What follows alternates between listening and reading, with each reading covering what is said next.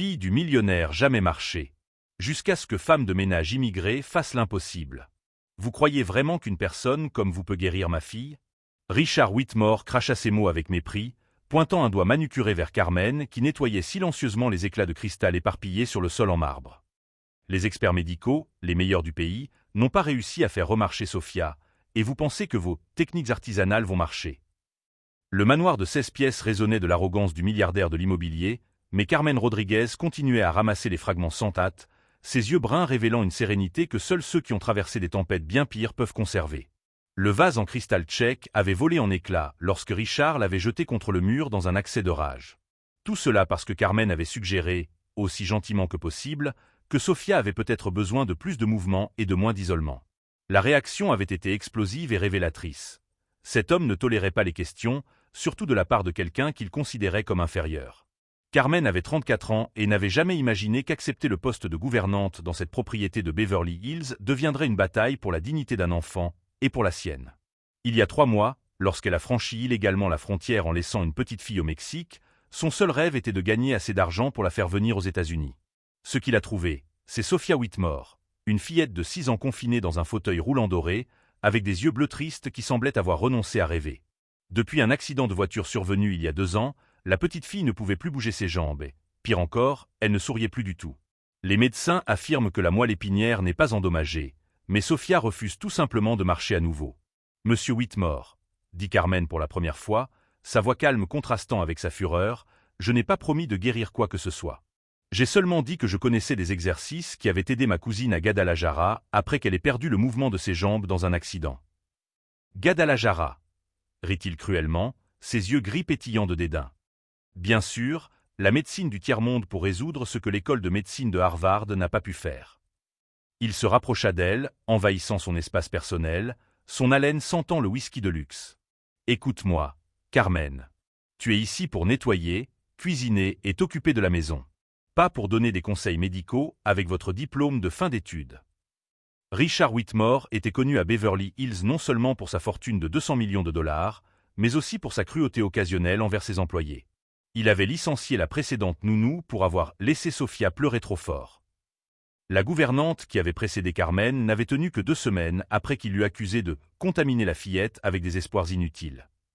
Ce que Richard ne savait pas, c'est que Carmen avait des secrets bien plus profonds que ceux d'une simple immigrée. Avant de fuir le Mexique, elle était physiothérapeute pédiatrique à Guadalajara, formée à l'Universidad Autónoma de Guadalajara.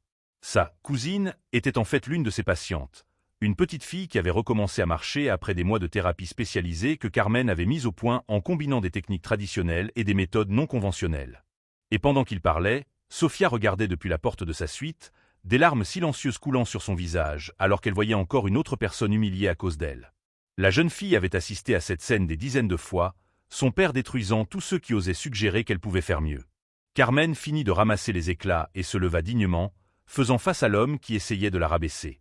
Chaque fragment de cristal dans ses mains représentait l'arrogance brisée d'hommes comme lui qui, un jour, connaîtraient leur propre ruine. « Excusez-moi, monsieur. Je dois préparer le dîner de Sofia. » Lorsqu'elle passa devant lui, Richard sentit quelque chose d'inquiétant, il n'y avait pas de peur dans ses yeux, juste une détermination tranquille qui le troubla profondément. C'était comme si elle savait quelque chose qu'il ignorait, comme si elle détenait un atout qu'elle n'avait pas encore révélé. Dans le couloir, Sofia tient discrètement la main de Carmen. « Il crie toujours comme ça », chuchote la petite fille, dont la voix minuscule brise le cœur de la femme. Maman disait que papa criait quand il avait peur de ne pas pouvoir protéger ceux qu'il aimait. Mais je crois qu'il a oublié comment aimer après le départ de maman. Carmen s'agenouille à la hauteur du fauteuil roulant, ses yeux rencontrent ceux de l'enfant avec une tendresse que Richard n'avait jamais montrée. « Et toi, mon petit, as-tu peur ?»« Parfois. Mais pas de toi, » chuchote Sofia, en se retournant pour s'assurer que son père n'écoute pas. « Tu as des yeux doux, comme ceux de maman. » C'est à ce moment-là, en voyant le sourire timide de l'enfant, que Carmen a pris une décision qui allait changer leur vie à jamais. Elle n'était pas seulement une immigrante à la recherche désespérée d'un emploi, elle était une professionnelle qualifiée qui avait aidé des dizaines d'enfants à surmonter des traumatismes physiques et émotionnels. Et si Richard Whitmore pensait pouvoir l'intimider, il était sur le point de découvrir qu'il avait complètement sous-estimé qui était vraiment Carmen Rodriguez. Ce que Richard Whitmore ne savait pas, c'est que ces mots cruels venaient de réveiller une force qui était restée endormie, et que très bientôt, il découvrirait que sous-estimer une mère qui se bat pour son enfant est l'erreur la plus dangereuse que l'on puisse commettre. Surtout lorsque cette mère possède des connaissances dont il n'aurait jamais soupçonné l'existence. Si vous ressentez le déchirement de cette injustice, abonnez-vous à la chaîne car la suite vous montrera que tous les héros ne portent pas une cape. Parfois ils portent un tablier et une force que les puissants ne pourront jamais comprendre. Au cours des semaines suivantes, la vie au manoir des Whitmore devient un champ de bataille silencieux où les moindres faits et gestes de Carmen sont scrutés avec la précision d'un microscope. Richard avait établi des règles humiliantes qui semblaient avoir été créées spécialement pour briser son esprit. Elle ne pouvait pas utiliser l'ascenseur principal, mais seulement les escaliers de service. Ses repas devaient être pris dans la cuisine, jamais dans la salle à manger. Et, plus cruel encore, il lui était interdit de parler à Sofia plus de 5 minutes par jour. Carmen semble oublier sa place, remarque Richard avec désinvolture lors d'un appel professionnel, parlant assez fort pour qu'elle l'entende pendant qu'il nettoie le bureau d'Axe en grave côté. Les gens comme elle pensent toujours qu'ils peuvent profiter de la gentillesse des autres. Mais je sais exactement comment m'y prendre. Ce que Richard ne savait pas, c'est que chaque insulte, chaque règle humiliante, était répertoriée mentalement par Carmen. Elle avait développé une mémoire photographique au cours de ses années d'études, et cette capacité était en train de devenir son arme secrète. Chaque conversation téléphonique suspecte, chaque document laissé sur la table, chaque visite étrange d'homme en costume, tout était classé dans son esprit avec une précision chirurgicale. La goutte d'eau qui a fait déborder le vase est arrivée un mardi matin pluvieux. Carmen a trouvé Sofia pleurant silencieusement dans son fauteuil roulant, regardant par la fenêtre avec une tristesse déchirante. Lorsqu'elle lui a demandé ce qui s'était passé, la jeune fille a murmuré qu'elle avait demandé à son père d'essayer de remarcher, mais qu'il lui avait répondu froidement qu'elle devait cesser de nourrir des espoirs ridicules et accepter sa réalité. Il a dit que j'étais un fardeau, a marmonné Sofia, les larmes aux yeux. Que maman aurait été mieux lotie si je n'étais pas née comme ça. La fureur que Carmen a ressentie à ce moment-là était si intense que ses mains tremblaient. Mais c'est aussi à ce moment-là qu'elle prend une décision qui va tout changer. Tout en consolant Sofia, en lui murmurant qu'elle était parfaite et aimée, Carmen dessina mentalement les premières lignes d'un plan que Richard Whitmore ne verrait jamais venir. L'après-midi même, faisant semblant de nettoyer le bureau, Carmen photographie discrètement avec son vieux téléphone portable des documents que Richard a laissés éparpillés sur le bureau. Des contrats avec des promoteurs, des accords de développement urbain et, plus intéressant encore, des correspondances avec des fonctionnaires de la ville qui suggèrent quelque chose de bien plus sombre que de simples transactions immobilières. Richard est rentré chez lui ce soir-là, ivre et particulièrement cruel. Il trouve Carmen en train d'aider Sofia à faire les exercices de physiothérapie que la jeune fille lui a demandé de faire, des mouvements de base que Carmen a pris lors de sa formation à Guadalajara. « Mais qu'est-ce que vous croyez faire » rugit-il en s'avançant vers elle. « Je vous ai clairement dit que vous n'étiez pas autorisé à toucher ma fille. »« Monsieur Whitmore, » répond Carmen avec un calme mortel, en se plaçant entre lui et Sofia, la fille voulait juste essayer quelques mouvements de base. « Vous n'êtes pas médecin, » s'écrie-t-il, le visage rouge de colère. « Vous êtes une immigrante illégale qui devrait être reconnaissante d'avoir un toit au-dessus de sa tête. Comment osez-vous remettre en question mes décisions concernant ma propre fille ?» Ce que Richard ne savait pas, c'est que Carmen avait enregistré toute la conversation. Et surtout, qu'elle possédait des documents relatifs à son diplôme universitaire, soigneusement cachés dans sa chambre, qui prouvaient chaque mot qu'il venait de mettre en doute. La physiothérapeute pédiatrique diplômée de l'Universidad Autónoma de Guadalajara est sur le point de montrer à Richard Whitmore qu'il a complètement sous-estimé qui elle était vraiment. Sofia regarde tout cela avec des yeux écarquillés, voyant pour la première fois de sa vie quelqu'un tenir tête à son père sans reculer. Carmen tenait bon. Ses yeux bruns brillaient d'une détermination qui fit ressentir à Richard quelque chose qu'il n'avait pas connu depuis des années, l'incertitude. « Excusez-moi, monsieur », dit finalement Carmen, sa voix maîtrisée masquant l'ouragan qui se préparait en elle. « Je dois préparer le dîner de Sofia. » Lorsqu'elle quitta la pièce, Richard eut le sentiment troublant qu'il venait de réveiller quelque chose qui aurait dû rester endormi. Et pour la première fois depuis l'arrivée de Carmen chez lui, il se demanda s'il connaissait vraiment la femme qu'il avait engagée pour s'occuper de sa fille. Ce soir-là, après que tout le monde se soit endormi, Carmen compose discrètement un numéro qu'elle n'a pas appelé depuis des mois. Au bout du fil, une voix familière répond « Docteur Martinez, clinique de rééducation pour enfants. »« Roberto », chuchote Carmen en espagnol, « c'est moi. Carmen Rodriguez. J'ai besoin d'une faveur qui pourrait sauver une enfant et détruire l'homme qui l'empêche de vivre. » Chaque mot cruel de Richard avait semé les graines d'une tempête qu'il n'aurait jamais vue venir. Et tandis que Carmen planifiait ses prochaines actions avec la précision d'un chirurgien, Richard Whitmore dormait paisiblement, ignorant que ses propres paroles arrogantes venaient de signer sa condamnation à la défaite. Ce que le millionnaire plein de préjugés ne pouvait pas voir, c'est que chaque acte de cruauté créait le piège dans lequel il se retrouverait bientôt prisonnier, et que la femme qu'il méprisait en détenait des secrets qui transformeraient son arrogance en sa plus grande faiblesse.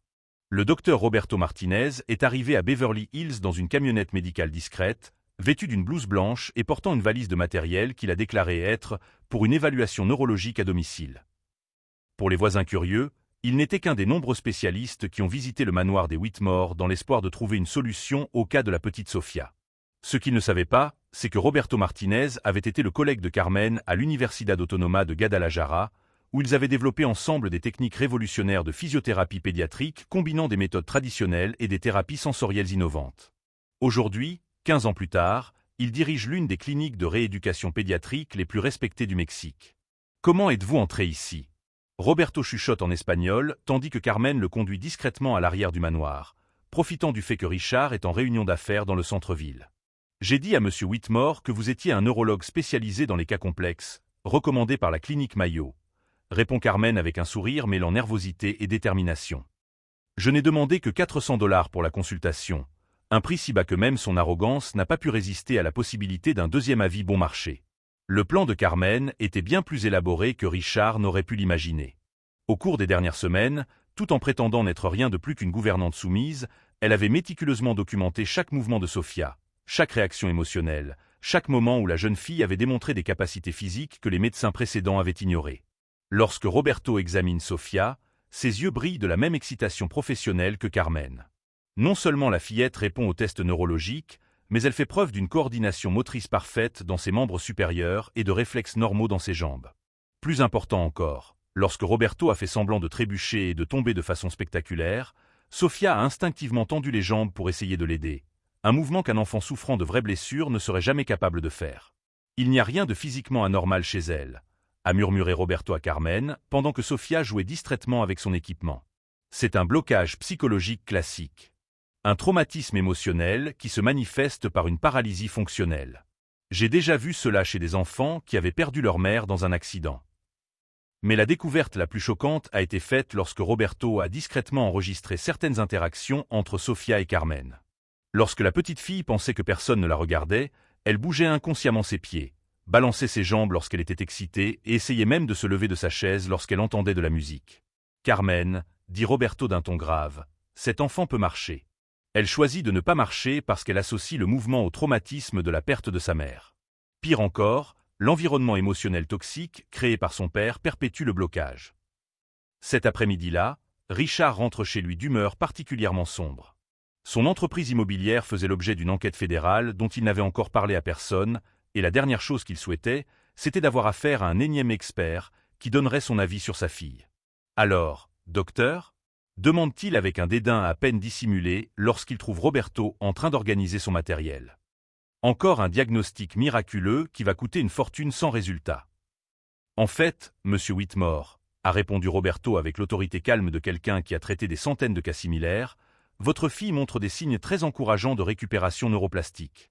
Avec le bon protocole de stimulation sensorielle et de thérapie comportementale, je pense qu'elle pourrait faire des progrès significatifs en quelques semaines. Richard rit d'un air sarcastique. Laissez-moi deviner, docteur. Vous aurez besoin de consultations plus coûteuses, d'équipements spécialisés, et au final, Sofia restera exactement comme elle est aujourd'hui. Non, monsieur, poursuit Roberto, imperturbable. En fait, ce dont votre fille a le plus besoin, c'est d'une stimulation émotionnelle positive, de musique thérapeutique et d'exercice de confiance avec quelqu'un en qui elle a entièrement confiance. Il est intéressant de noter que j'ai observé qu'elle réagit mieux aux soins de mademoiselle Carmen qu'à ceux de n'importe quel autre adulte. La suggestion frappe Richard comme une gifle. Êtes-vous en train de me dire qu'une gouvernante sans formation médicale est plus qualifiée pour aider ma fille que les médecins de Harvard? Je dis que votre fille a besoin d'amour, de patience et d'encouragement positif, répond Roberto, dont les yeux rencontrent ceux de Carmen avec un regard plein de sens. Et ces qualités ne s'apprennent pas à l'université, monsieur Whitmore. Elles viennent du cœur. Après le départ de Roberto, Carmen est restée dans la cuisine pour préparer le dîner, mais son esprit bourdonnait de possibilités. Elle disposait désormais non seulement d'un diagnostic professionnel confirmant ses soupçons, mais aussi d'enregistrements vidéo des capacités réelles de Sofia, des preuves qui démontraient que la jeune fille était maintenue dans une prison inutile par l'ignorance émotionnelle de son propre père.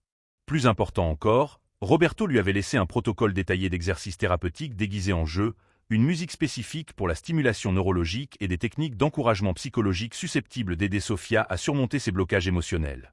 Ce soir-là, alors que Richard s'est endormi après une nouvelle bouteille de whisky écossais, Carmen s'aventure discrètement dans son bureau. Ses talents de photographe documentaire, acquis au fil des années en cataloguant les cas des patients, deviennent les instruments d'une justice beaucoup plus personnelle. Les documents qu'elle trouve éparpillés sur le bureau sont encore plus compromettants qu'elle ne l'avait imaginé. Des contrats frauduleux avec des entrepreneurs, des accords de pot de vin avec des fonctionnaires de la ville, et plus choquant encore, une correspondance détaillant comment Richard avait utilisé des fonds destinés aux hôpitaux pour enfants pour financer ses projets immobiliers personnels. Parmi ces documents, un courriel a particulièrement attiré son attention. L'enquête fédérale approche. Nous devons accélérer le transfert d'actifs vers des comptes offshore avant qu'ils ne gèlent tout. La clinique pédiatrique peut servir de façade parfaitement légale.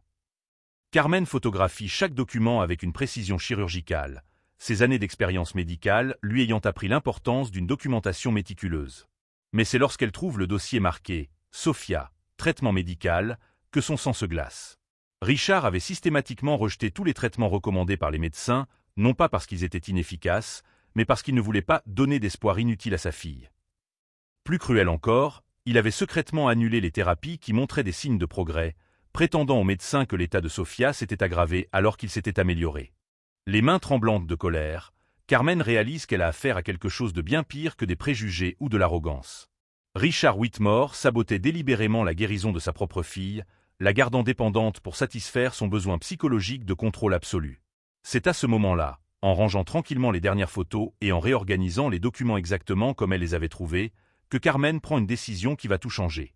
Il ne s'agissait plus seulement d'aider Sophia à remarcher, mais de libérer une enfant d'un père qui se servait de sa maladie comme d'un outil de manipulation émotionnelle. Richard Whitmore avait complètement sous-estimé la femme qu'il avait accueillie chez lui. Mais il va bientôt découvrir que choisir Carmen Rodriguez comme cible de sa cruauté est l'erreur la plus coûteuse qu'il ait jamais commise dans sa vie privilégiée. Le vendredi matin, Richard a reçu un appel qui lui a glacé le sang. « Monsieur Whitmore, je suis l'enquêtrice fédérale Sarah Chen. Nous devons parler de vos contrats avec la ville de Beverly Hills et du détournement de fonds destinés aux hôpitaux pour enfants. » Tandis que Richard bredouille des tentatives d'explication désespérées, Carmen exécute dans la pièce voisine le dernier geste d'un plan qui a mis des mois à se concrétiser. Dans ses mains, une tablette affiche la retransmission en direct qu'elle a préparée, non seulement pour Sophia, mais aussi pour l'ensemble de la communauté médicale de Los Angeles.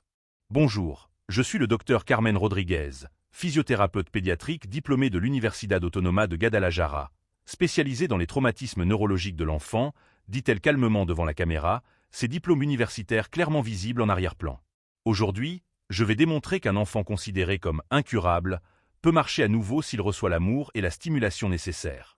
Ce que Richard ne savait pas, c'est que Carmen avait contacté non seulement Roberto, mais aussi le docteur Patricia Morgan, l'un des neurologues pédiatriques les plus respectés de Los Angeles, qui regardait la retransmission en direct avec 15 autres spécialistes. Sophia était au centre de la pièce, non plus dans son fauteuil roulant doré, mais assise sur un tapis coloré que Carmen avait préparé spécialement pour ce moment. Les caméras captent les moindres détails de l'application des techniques de stimulation sensorielle que Carmen a perfectionnées au fil des années. Sophia, te souviens-tu de la chanson que ta mère avait l'habitude de chanter ? Carmen demande doucement, en commençant à jouer une douce mélodie sur son téléphone portable. La même chanson qu'elle avait découverte dans les notes personnelles de la défunte épouse de Richard. Pour la première fois depuis 2 ans, Sophia sourit vraiment. Pas seulement un sourire poli, mais une expression de joie pure qui illuminait tout son visage. Et puis, sans crier gare, le miracle que Richard s'était interdit de croire possible se produisit. Sophia s'est levée. Pas progressivement, pas avec de l'aide, mais avec un mouvement fluide et naturel qui fit retenir à Carmen des larmes d'émotion. La jeune fille fait un pas, puis un autre, et se dirige droit vers la caméra avec la coordination parfaite d'une enfant en bonne santé. « Regardez-moi » Sophia hurle de joie en courant dans la pièce. « Je marche. Carmen, je marche. » Pendant ce temps, dans le bureau voisin, Richard réalise que son monde s'écroule en temps réel. L'enquêteur fédéral n'avait pas appelé par hasard. Quelqu'un avait fourni des preuves détaillées de tous ses crimes, y compris des photographies de documents qu'il était sûr d'avoir gardés complètement secrets. « Monsieur Whitmore, » poursuit la voix glaciale au téléphone, « nous avons entre les mains des contrats frauduleux, des reçus de pots de vin et de la correspondance détaillant comment vous avez détourné 2,3 millions de dollars destinés à des cliniques pour enfants afin de financer vos projets personnels. Vous avez le droit de garder le silence. » C'est à ce moment-là que Richard a entendu quelque chose qui lui a fait raccrocher le téléphone. le bruit de petits pas rapides dans le couloir de sa maison. Des pas qu'il n'avait pas entendus depuis 2 ans. Les pas de Sofia. Il se précipita dans le salon et resta paralysé dans l'embrasure de la porte. Sa fille non seulement marchait, mais dansait, riait et embrassait Carmen comme si elle était la personne la plus importante au monde. La retransmission en direct a montré les commentaires de médecins spécialisés confirmant que le cas de Sofia était un exemple parfait de blocage psychologique, totalement traitable avec les bonnes techniques appliquées par un professionnel qualifié. Papa. Sofia se précipite vers lui, les yeux brillants. Carmen m'a appris à remarcher. Elle est médecin, papa. Un vrai médecin qui s'occupe d'enfants comme moi. Richard regarde Carmen, qui range calmement ses certificats et diplômes sur la table. Des documents attestant non seulement de sa formation, mais aussi de ses spécialisations en physiothérapie neurologique infantile, en développement comportemental et en thérapie des traumatismes. Impossible, marmonne-t-il en prenant l'un des diplômes d'une main tremblante. Vous êtes vraiment. Dr Carmen Rodriguez, CRM 4847 MX, spécialiste en récupération neuromotrice pédiatrique, répond-elle avec la dignité sereine de quelqu'un qui n'a jamais eu à prouver sa valeur par l'humiliation des autres. J'ai travaillé à Guadalajara pendant 8 ans avant de venir aux États-Unis. J'ai aidé 127 enfants dans des cas similaires à celui de Sofia.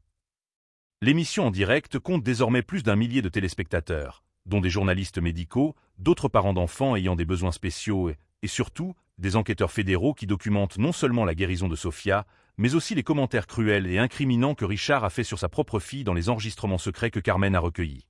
Le téléphone de Richard sonne à nouveau. Cette fois, c'est son avocat. Richard, il faut que nous parlions d'urgence. Quelqu'un a divulgué à la presse des informations sur votre entreprise. Le Los Angeles Times prépare un article sur l'affaire. Et ce n'est pas tout. Il y a des enregistrements audio de vous disant des choses compromettantes sur Sofia. Alors que Richard réalise l'ampleur de sa chute, Carmen s'agenouille à côté de Sofia, qui continue de marcher dans la pièce comme si elle ne s'était jamais arrêtée. La jeune fille était radieuse, enfin libérée de la prison émotionnelle dans laquelle elle avait été maintenue. Sofia demanda à Carmen avec la sagesse effrayante des enfants qui observent plus que les adultes ne le réalisent. « Je savais que tu étais beaucoup plus forte qu'on ne le pensait », répond Carmen en serrant la jeune fille dans ses bras. Et maintenant, le monde entier le sait aussi. L'émission se termine sur une image qui restera à jamais gravée dans la mémoire de tous ceux qui l'ont regardée. Sofia marchant main dans la main avec Carmen vers la caméra, tandis qu'à l'arrière-plan Richard Whitmore restait paralysé, réalisant qu'il avait perdu non seulement sa fille, sa fortune et sa réputation, mais aussi la seule chance qu'il avait d'être le père que Sofia méritait. Les commentaires sur l'émission en direct se multiplient de façon exponentielle. Les offres d'emploi pour Carmen affluent des cliniques de tout le pays. Et qu'en est-il de Richard ? Richard réalise enfin qu'il a sous-estimé la mauvaise femme, au mauvais moment, pour les mauvaises raisons. Alors que les lumières s'éteignaient dans le salon et que Sofia s'endormait paisiblement dans les bras de Carmen après le jour le plus important de sa vie, une question restait en suspens. Était-il possible qu'un homme qui avait causé tant de souffrances puisse trouver la rédemption, ou certains ponts sont-ils brûlés à jamais lorsqu'ils sont construits sur de tels préjugés et une telle cruauté ? 6 mois plus tard, Carmen Rodriguez arpentait les couloirs étincelants du centre de rééducation pour enfants, Sofia Estep, la clinique qu'elle avait fondée grâce aux dons qui avaient afflué de tout le pays après la transmission virale. Ce nom est un hommage à la petite fille qui a changé sa vie et qui a prouvé que des miracles se produisent lorsque quelqu'un refuse d'abandonner. Docteur Carmen, s'écrie Sofia, courant dans le couloir avec l'énergie contagieuse d'une enfant complètement guérie. Vous avez vu ? Tommy a réussi à faire 3 pas aujourd'hui, comme je l'ai fait le premier jour. Le centre a traité gratuitement 50 enfants souffrant de blocages neurologiques similaires à celui de Sofia, en utilisant les techniques révolutionnaires que Carmen a mises au point au fil des ans. Plus de 200 familles sont inscrites sur la liste d'attente et des pédiatres du monde entier viennent étudier ces méthodes novatrices. Pendant ce temps, à l'autre bout de la ville, Richard Whitmore est seul dans un appartement de 2 chambres à coucher dans un quartier de la classe moyenne inférieure. Son empire immobilier s'est complètement effondré lorsque des enquêtes fédérales ont révélé un système de corruption impliquant des dizaines de contrats frauduleux. Ses biens ont été saisis, ses comptes gelés et il a perdu non seulement sa fortune, mais aussi la garde de Sofia. La petite fille vit désormais officiellement sous la tutelle de Carmen, qui est devenue sa mère adoptive au terme d'une procédure judiciaire qui n'a duré que 3 mois, un temps record grâce au soutien d'avocats qui ont proposé de travailler gratuitement sur cette affaire qui a touché le cœur de toute l'Amérique. Carmen est ma vraie maman maintenant, avait déclaré Sofia au juge lors de l'audience sur la garde de l'enfant, ses petites jambes se balançant sur la chaise du tribunal. Elle m'a appris que j'étais forte alors que tout le monde pensait que j'étais brisée. La transformation de Sofia a été totale et permanente. Elle ne se contentait pas de marcher, Elle courait, dansait, montait les escaliers et était devenue l'ambassadrice officielle du centre, aidant d'autres enfants à surmonter leur propre blocage émotionnel. Sa thérapie avait révélé que sa peur de marcher était directement liée au traumatisme de l'accident de sa mère et à la culpabilité que Richard lui avait inconsciemment imposée. Richard se rendait en thérapie 3 fois par semaine, essayant de digérer non seulement la perte de sa fortune, mais aussi la prise de conscience dévastatrice qu'il avait été le plus grand obstacle à la guérison de sa propre fille. Ses demandes hebdomadaires de visite surveillées sont gentiment rejetées par Sofia, qui a clairement fait savoir qu'elle ne voulait pas voir son père tant qu'il n'aurait pas appris à être gentil avec d'autres personnes. L'ironie est cruelle et parfaite. L'homme qui avait méprisé Carmen parce qu'elle était immigrée travaille désormais comme agent d'entretien dans un hôpital, sous la supervision d'une infirmière mexicaine qui traite tout le personnel avec la dignité qu'il n'a jamais montrée. Chaque journée de travail est une leçon d'humilité que Richard n'oubliera jamais. Carmen, quant à elle, est devenue l'une des physiothérapeutes pédiatriques les plus respectées du pays. Les universités proposent des postes de professeurs, les producteurs de télévision veulent documenter son travail et elle est invitée à prendre la parole au Congrès sur l'immigration qualifiée et les secondes chances. Vous saviez que ça allait marcher dès le départ, n'est-ce pas? A demandé le docteur Patricia Morgan lors d'une visite au centre. Lorsque j'ai vu cette émission, j'ai su que j'assistais à quelque chose d'historique. Carmen sourit en regardant Sofia enseigner des mouvements de danse à 3 enfants arrivés en fauteuil roulant la semaine précédente. Je savais que Sofia était forte. Je savais que Richard avait tort. Mais surtout, je savais que la vérité trouve toujours un moyen de se faire jour, surtout lorsque l'on refuse d'accepter l'injustice en silence. Le centre Sofia Estep est devenu un symbole national d'espoir et de seconde chance. Carmen recevait quotidiennement des lettres de famille qui avaient repris espoir, d'immigrés qui se sentaient encouragés à valoriser leurs propres capacités et d'enfants qui apprenaient qu'être différent ne signifiait pas être moins capable. La dernière lettre que j'ai reçue provenait d'une source inattendue, Richard Whitmore. Dans cette lettre, il admettait ses erreurs, demandait pardon pour les humiliations qu'il avait causées et reconnaissait que Carmen était exactement la mère que Sofia méritait. « Vous avez sauvé ma fille de moi-même », écrit-il. « J'espère qu'un jour, j'aurai la chance de prouver que je peux être l'homme que j'aurais dû être dès le départ. » Carmen n'a pas répondu à la lettre. Certains pardons se méritent par des actes, pas par des mots, et Richard avait encore un long chemin à parcourir avant de mériter de faire à nouveau partie de la vie de Sofia.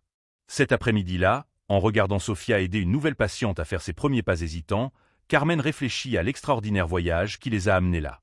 Elle avait franchi la frontière en tant que réfugiée désespérée, avait été humiliée par un homme qui pensait que l'argent lui donnait le droit de détruire les gens, mais avait choisi de répondre avec compétence, dignité et un amour inconditionnel pour un enfant qui avait besoin de quelqu'un pour croire en ses rêves.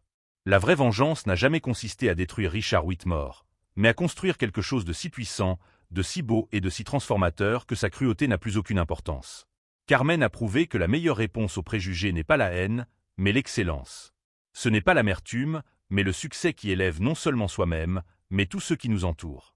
Richard Whitmore avait essayé de briser l'esprit de Carmen Rodriguez, mais au lieu de cela, il avait libéré une force qui a changé des centaines de vies, inspiré une nation entière et prouvé que sous-estimer quelqu'un sur la base de préjugés n'est pas seulement moralement incorrect, c'est stratégiquement suicidaire.